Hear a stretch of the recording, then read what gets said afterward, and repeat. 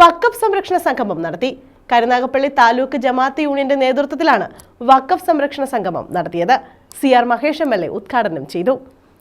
കരുനാഗപ്പള്ളി താലൂക്ക് ജമാഅത്ത് യൂണിയന്റെ നേതൃത്വത്തിലാണ് വഖഫ് സംരക്ഷണ സംഗമം നടത്തിയത്. CR മഹേഷ് MLA ഉദ്ഘാടനം ചെയ്തു.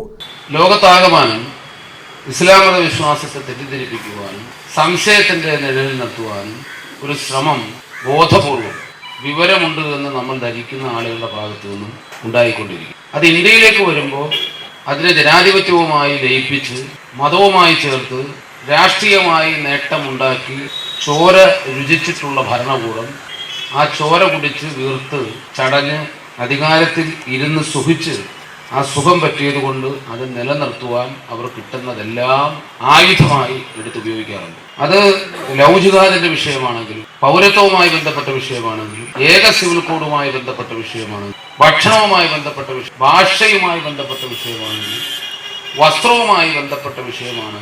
എവിടെയൊക്കെ അവസരം കിട്ടുമോ അവിടെയൊക്കെ തങ്ങൾക്കിപ്പോൾ ലഭിച്ചിരിക്കുന്ന ജനാധിപത്യത്തിലെ മൃഗീയമായ ഭൂരിപക്ഷം, ആ ഭൂരിപക്ഷം ആ രാജ്യത്തിന്റെ രാജാധികാരം നിലനിർത്താൻ വേണ്ടി തന്ത്രപരമായി രാജ്യം ഭരിക്കുന്ന ഫാസിസ്റ്റ് ഭരണകൂടം. താലൂക്ക് ജമാഅത്ത് യൂണിയൻ പ്രസിഡന്റ് വലിയത്ത് ഇബ്രാഹിംകുട്ടി അധ്യക്ഷത വഹിച്ചു. തൊടിയൂർ മുഹമ്മദ് കുഞ്ഞു മൗലവി മുഖ്യ പ്രഭാഷണം നടത്തി. KA Jawad, KP Muhammad, M Ansar, Siyad വലിയ വീട്ടിൽ, തൊടിയൂർ താഹ, മനാഫ് വടക്കന്തല, ഖലീലുദ്ദീൻ പൂയപ്പള്ളിൽ, വാഴത്ത് ഇസ്മയിൽ, ലത്തീഫ് കരുനാഗപ്പള്ളി തുടങ്ങിയവർ പങ്കെടുത്തു.